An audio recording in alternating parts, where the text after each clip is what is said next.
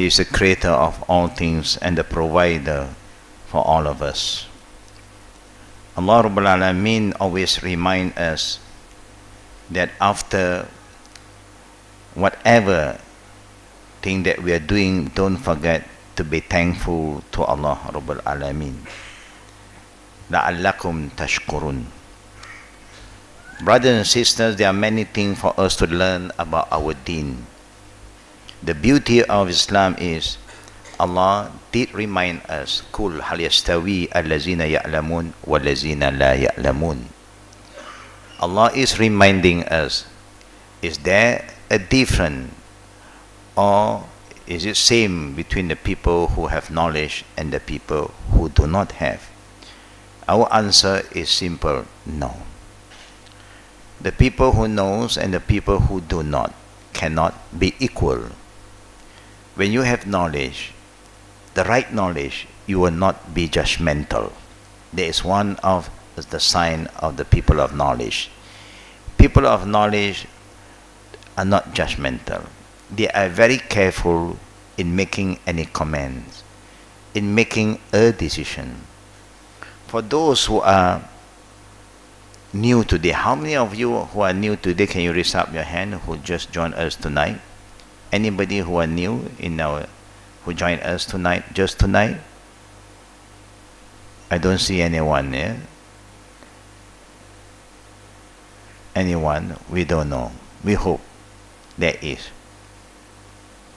The normal qiyam that we are exposed to, just an example, is a 2, 2, 2, end with 1. It's also one of the sunnah of the Prophet Sallallahu Alaihi Wasallam. But the one that we are performing every night here, 4, 4, 3, is also another sunnah. When you follow the Imam and the Imam do not raise up or do not recite Bismillah aloud, is a sunnah. Reciting Bismillah aloud also is a sunnah. But the one that the Prophet chose most is to recite Bismillah silently. Giving salam to the right, Assalamu alaikum wa rahmatullah, is a sunnah. Assalamu alaikum wa rahmatullahi wa barakatuh, also a sunnah. Praying Salatul Janazah, 4 takbirat is a sunnah, 5 takbirat is a sunnah, 7 takbirat is a sunnah, 9 takbirat also is a sunnah. But we are only exposed to certain sunnah and we are not exposed to the others. So anytime when you experience some differences, number one, don't be judgmental. Just have an open mind and learn. True knowledge is not how you feel, what the majority is doing. True knowledge is what Allah said, Qala Allah wa Qala Rasulullah Sallallahu Alaihi Wasallam. And that is what all of us are following. We are trying our best to follow the Quran and the Sunnah. And here we always try to reinforce certain values. Just example, you go to any masjid, the Imam will always remind you about the saf, but nobody reinforce the saf there. Here, when you remind us, when we remind you about the saf, we try our best to reinforce the saf. There's a difference. The difference is the reinforcement. Whether you just inform the people and you leave it to them whether they want to do it or not is another thing. But here we try. When we are able to discipline ourselves, it's good to discipline ourselves. It's just like when we perform the Jama'ah prayer, we are not supposed to move until the Imam have completed his movement.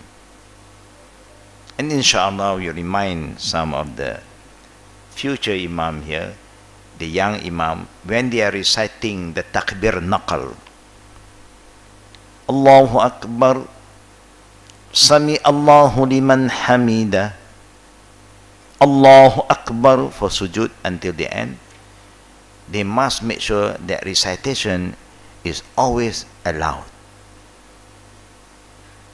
Because if the other recitation is allowed, but the most important thing after that is the takbir naqal, to tell the ma'mum that now we are moving to another position. Right? If you soften that part, you confuse the jama'ah. When the jama'ah can't hear you properly, then the jama'ah will have to struggle.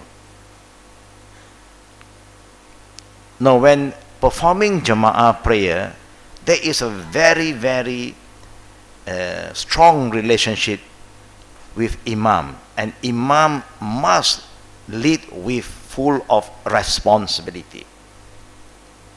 He must make sure that he will never make any mistake that can cause the ma'mum get confused.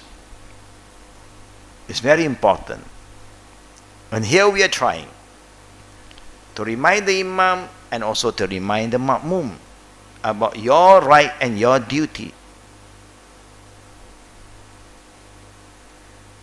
Inshallah, when we work together as a team, then we will understand better. Yeah. If you look at the ayat of fasting Ramadan al-Mubarak,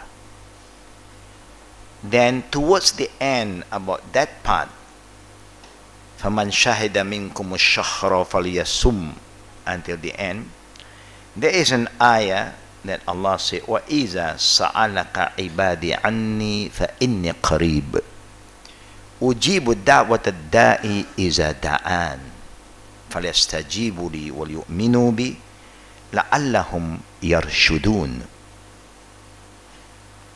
The meaning is, and when my servants, we, all of us, ask you, but we don't live in the time of the Prophet, means the companions, the ummah in the time of the Prophet, when they ask you, O Muhammad, about me, who? Allah,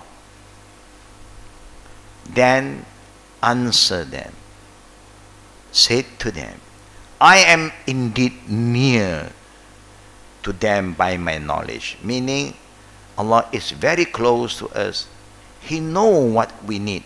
He knows what we want from Him. If you don't go detail, Allah knows. Then Allah said, I respond. Ujibu da'wat ad-da'i. I, Allah, always respond to the needs of my servant. Meaning, I respond to the invocation, the prayer of the supplicant when he calls on me. When he calls on me. Now, this is a very powerful reminder from Allah. Are we calling Allah seriously?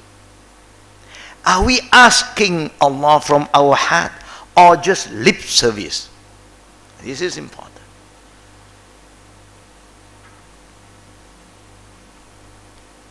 There is a lot of difference from making dua and reciting the dua.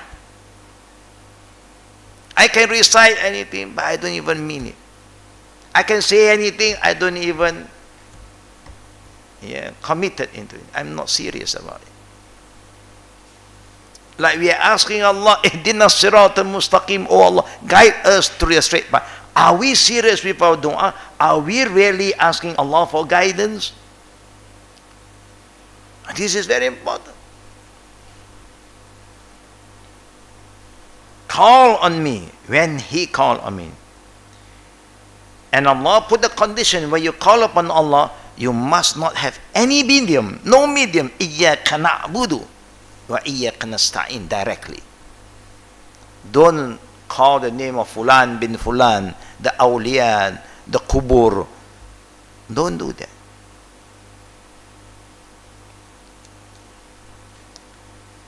Allah said, I respond. Never once Allah don't respond.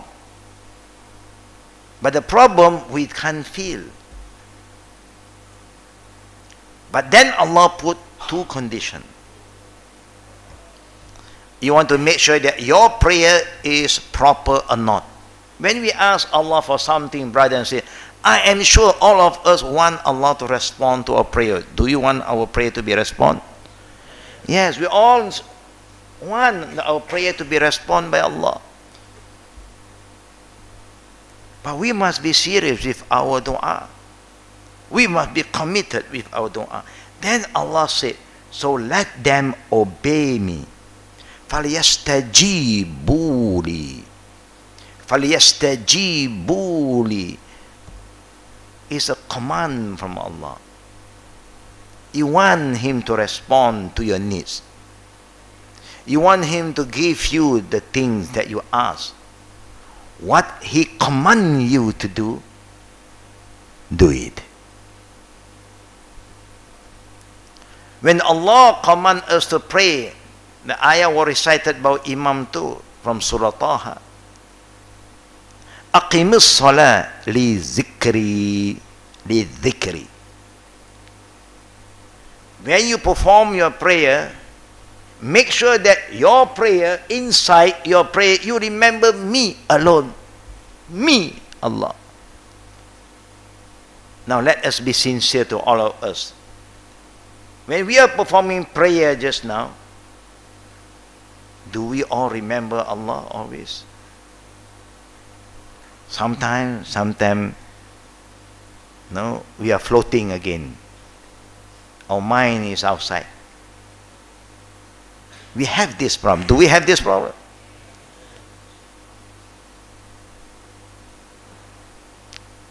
Because it's very hard to focus. Very hard. That need to have a very sincere connection with Allah.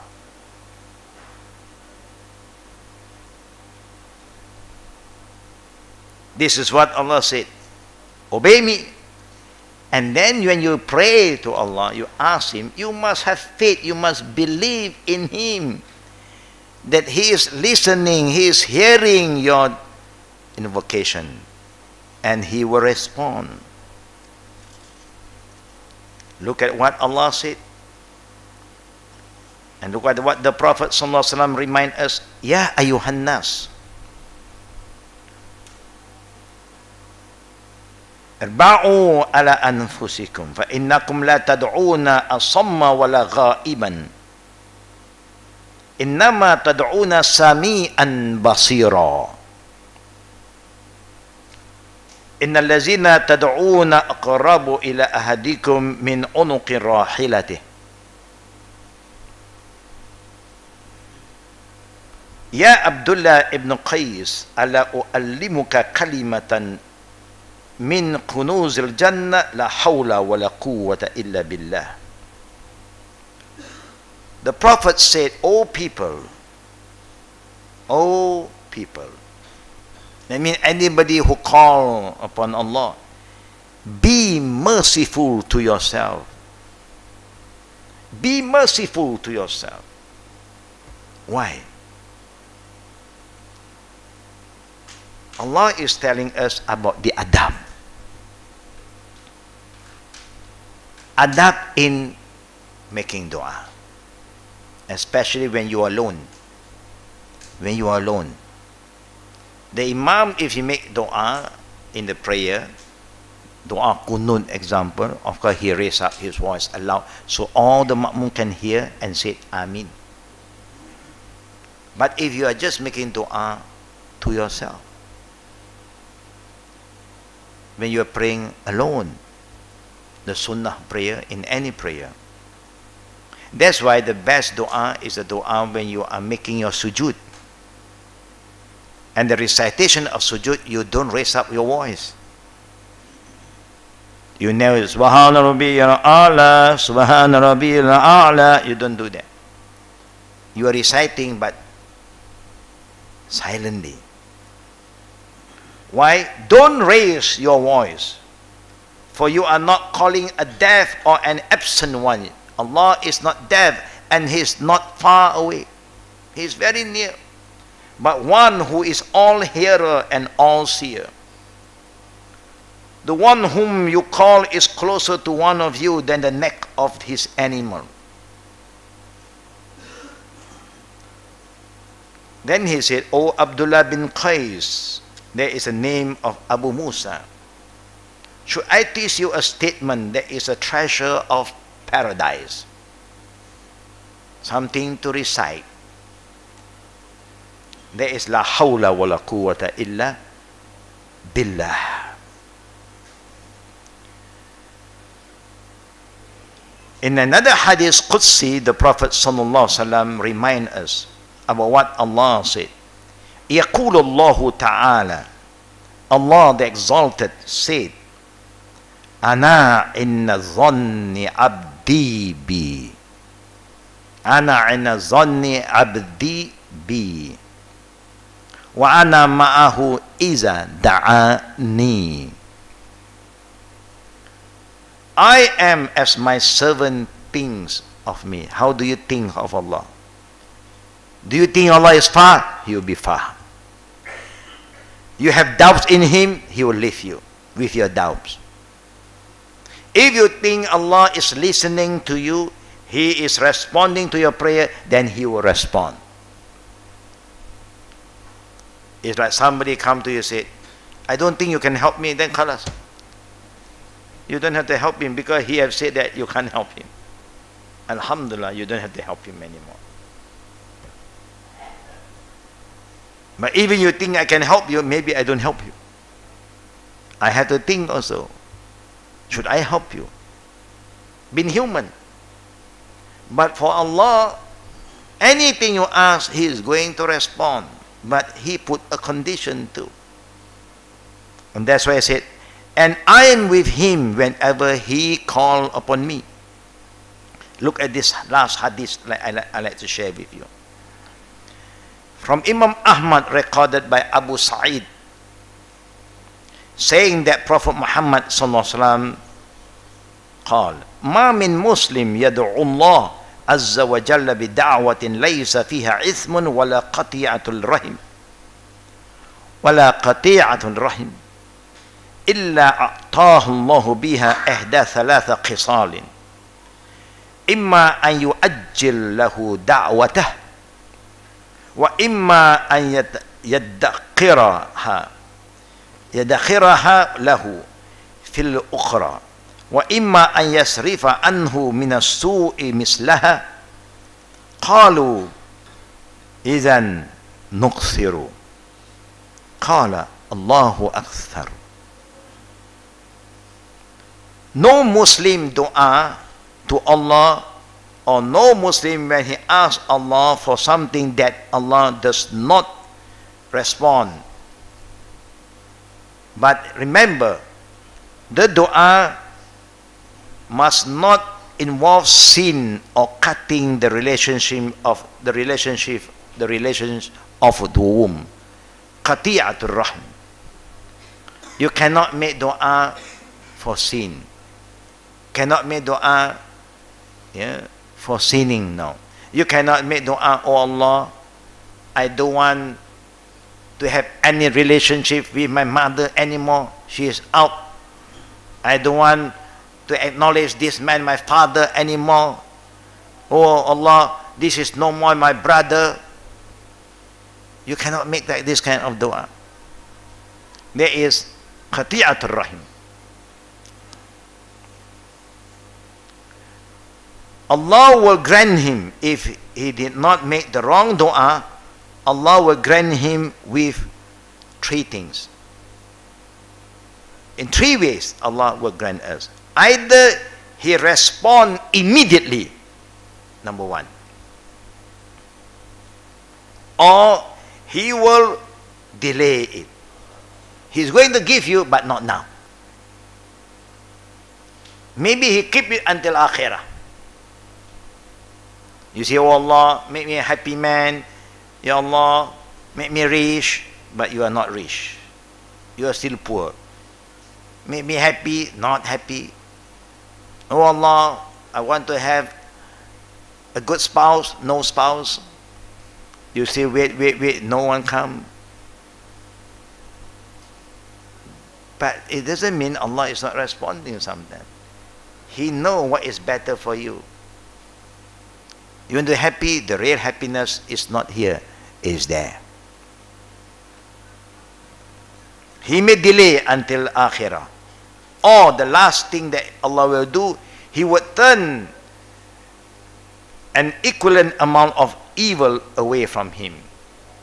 That means you are asking something good, something bad is going to happen to you. Allah just push the bad things away. But you don't realize, you don't know.